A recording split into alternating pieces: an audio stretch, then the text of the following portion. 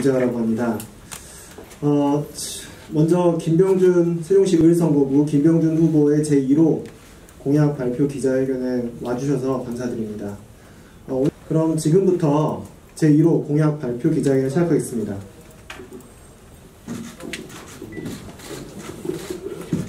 네, 감사합니다. 김병준입니다.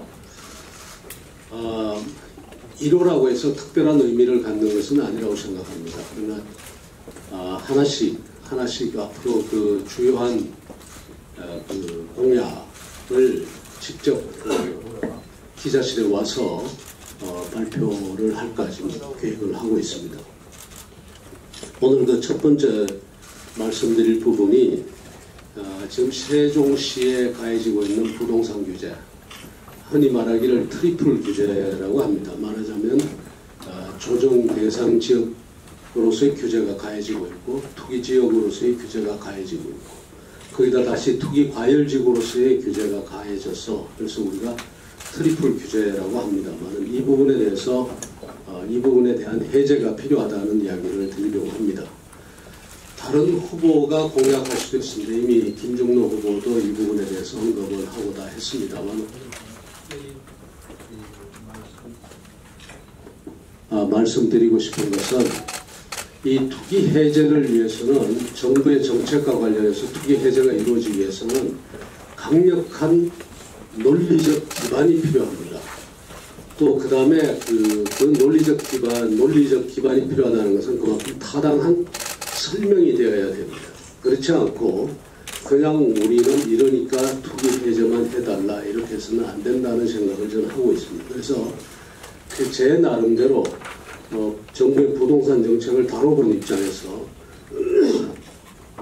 제 나름대로 어떤 논리로서 이 문제를 풀어가면 풀릴 수 있다는 이야기를 드리고, 다른 후보들께서도 참조해 줬으면 좋겠다 싶어서 이야기를 드립니다.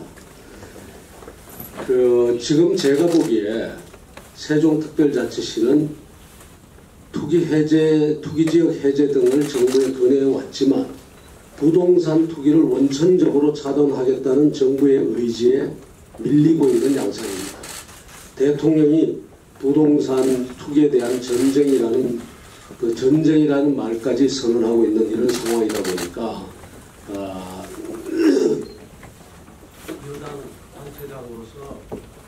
여기에 밀리고 있지 않느냐 하는 생각이 듭니다. 그런데 그렇다면 어디를 사실은 주 타겟으로 해서 논리를 전개해야 되는가 하면, 정부의 잘못된 그 지금 현재 입장에 대해서 사실은 강력하게 비판하고 또 대안을 제시하면서 이 투기 해제를 요청해야 될 것이라고 생각합니다. 지금 현재 정부의 부동산 정책은 상당히 잘못된 방향으로 가고 있습니다. 그 잘못된 방향으로 가고 있는 그것을 제가 몇 가지 이야기를 드리겠습니다. 부동산 정책의 가장 중요한 부분은 특히 계속 꺼지고 있는 부동산 정책의 가장 중요한 부분은 자금을 사실은 잘 운영하는 겁니다. 지금 현재 한국에서는 꽤는 1100조, 많게는 집에 있는 달러나 현금까지를 포함하면 1300조에 달하는 부동자금이 지금 있다고 합니다. 이 부동자금을 산업 쪽으로 어떻게 빼주느냐가 사실은 부동산 정책의 제1조입니다. 그런데 지금 이 정부는 부동산 정책의 관리에 완전히 부동자금을 줄이는데 실패를 하고 있습니다.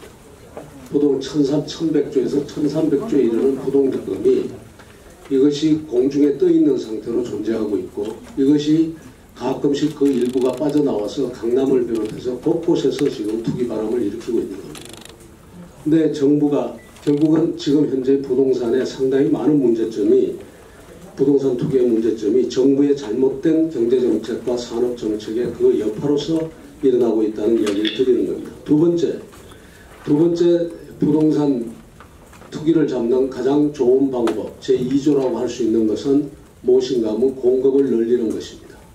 공급을 늘려서 투기 수요를 억제하고 그럼으로써 가격을 안정하는 것이 부동산의 정책의 기본이라고 이야기를 할 수 있습니다. 그런데 이 공급이 늘어나지 않을 때 우리는 할 수 없이 어떤 것을 쓰는가 하면 규제 정책을, 강력한 규제 정책을 쓰게 되어 있습니다. 그런데 아시다시피 서울의 강남, 서초, 강동, 송파와 같은 지역은 부동산에 대한 공급이 더 이상 되지 않는 지역입니다. 말하자면 토지 공급이 되지 않는 지역이고 신규 공급이 제한될 수밖에 없는 지역입니다. 집을 지을래야 더 지을 데도 없는 그런 상황이죠. 이런 데에서는 할 수 없이 규제 정책을 강력하게 쓸 수밖에 없습니다.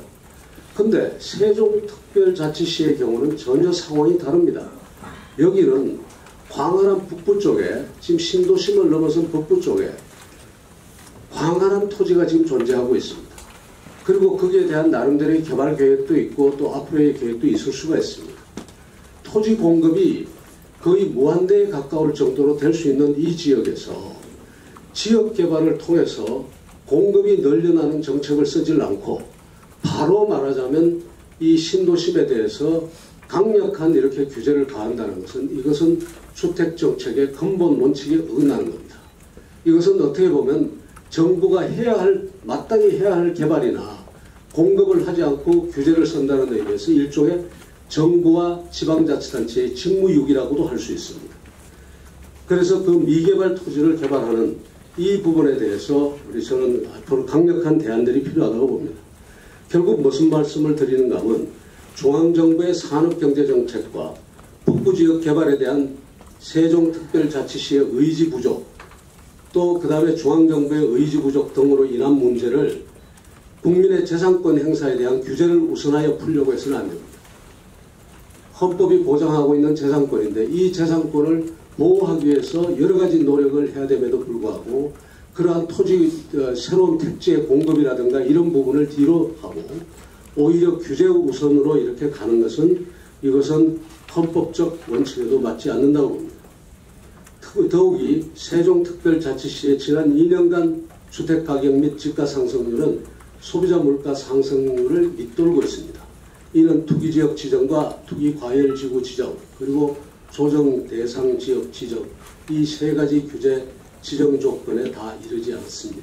세종특별시 그래서 그러다 보니까 세종특별자치시도 앞서 말씀드린 것처럼 투기지역 규제 해제를 요청하면서 제대로 논리를 세우지 못하고 있는 것으로 보입니다. 이를테면 취득세 감소라든가 시재정 악화 등을 굉장히 주요한 말하자면 투기 해제의 그 이유로 설명을 하고 있는데 이 정도 가지고 부동산에 대한 전쟁을 선포하고 있는 대통령의 의지를 어떻게 꺾고 그것을 넘을 수 있겠습니까? 보다 강력한 말하자면 논리적 대응 또 그 다음에 그 지금 현재 잘못 가해지고 있는 규제에 대한 강력한 그 논리적 대응 내지는 반박을 통해서 대통령의 의지가 잘못 구현되고 있다는 것을 지적해 줄 필요가 있는데 그런 것을 제대로 하지 못하고 오히려 그 대통령의 의지 앞에 지금 이 지역 출신의 국회의원이나 이 지역의 그 시장이 일종의 고개를 숙여버린 그런 양상이 아닌가 생각합니다. 제가 만일 당선이 된다면 정부의 부동산 정책에 대한 강력한 비판과 함께 이 비판은 제 나름대로 가지고 있는 논리적 근거 그리고 다른 여타 이때까지 일어났던 부동산 정책이나 국외의 여러 사례들을 가지고 이야기를 할 겁니다. 이런 강력한 비판을 하면서 북부지역 개발을 통한 공급 우선 정책을 대안으로 제시할 것입니다. 이러한 맥락에서 트리플 규제 해제를 추진할 것입니다. 특히 주택가격이 신도심 지역 평균 가격에 미치지 못하고 있는 고운동, 아름동, 총동 지역에 대해서는 더욱 강력하게 핀셋 규제를 요청할 생각입니다. 아시다시피 지금 이 세 동의 주택 가격은 평당 한 1,200만 원 조금 우회하는 것으로 나타나고 있습니다만 이것은 도심 여타 지역의 평균 가격인 1,700만 원, 1,800만 원에 한참 못 미치고 있는 지역입니다.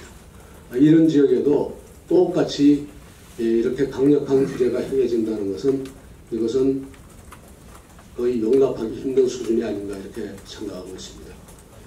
네, 제가 정책 제안 공약 설명을 마치겠습니다.